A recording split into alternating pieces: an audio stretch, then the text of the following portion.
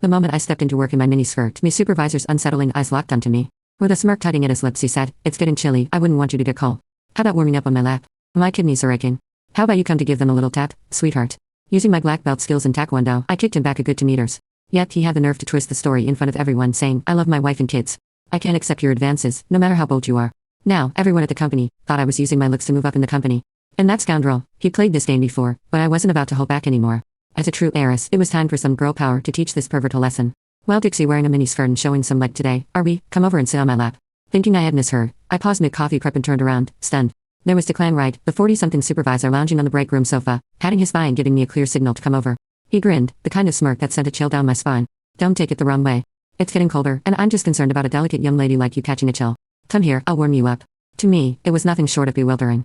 The same supervisor who had once been all serious and precise, the one who had trained me and earned the respect of the company's upper management, has shown his true colors in just 4 days of working together.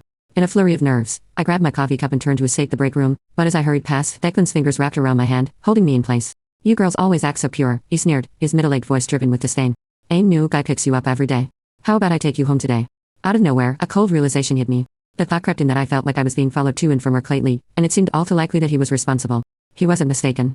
Over the past 4 days, I'd found myself with men of all ages, from a distinguished 65-year-old to a fit 21-year-old, each giving me a ride. Some had a fatherly demeanor, others were young and muscular, but someone was always new. He must have spotted me with these men and jumped to the wrong conclusion. Not wanting to make waves as the new employee, I subtly pulled my hand free and whispered, "Please, show some respect." He seemed lost in his own thoughts, muttering, "Oh, I get it. It's the office, better keep it low-key." With a crooked smile, he turned, bent over, and stuck his rear toward me. "My kidneys hurt. How about you give them a tap?" I fought to keep my anger buried deep, my voice unwavering as I responded, "Go home and let your wife handle that." He sneered, a wicked glint in his eye. "Come on, don't be shy. You're already juggling so many men, what's one more?" Enough was enough. If I stayed silent now, I'd be letting him walk all over me. Dropping my careful tone, I smiled sweetly, "Are you ready?"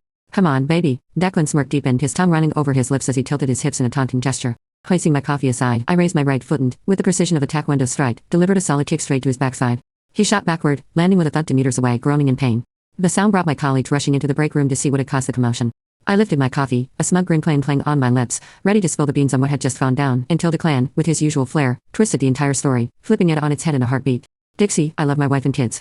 No matter how daring you get, I'll never fall for your advances," Declan grumbled, sprawled across the floor, rubbing his backside with one hand. At the same time, his other hand slammed into the ground in irritation. "You're young with your whole life ahead of you. Why cling to an old man like me?" he continued, his voice dripping with disapproval.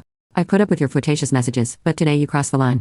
Grabbing my hand and trying to pull it under your clothes. When I refused, you resorted to violence. How did a sweet girl like you end up acting like this?"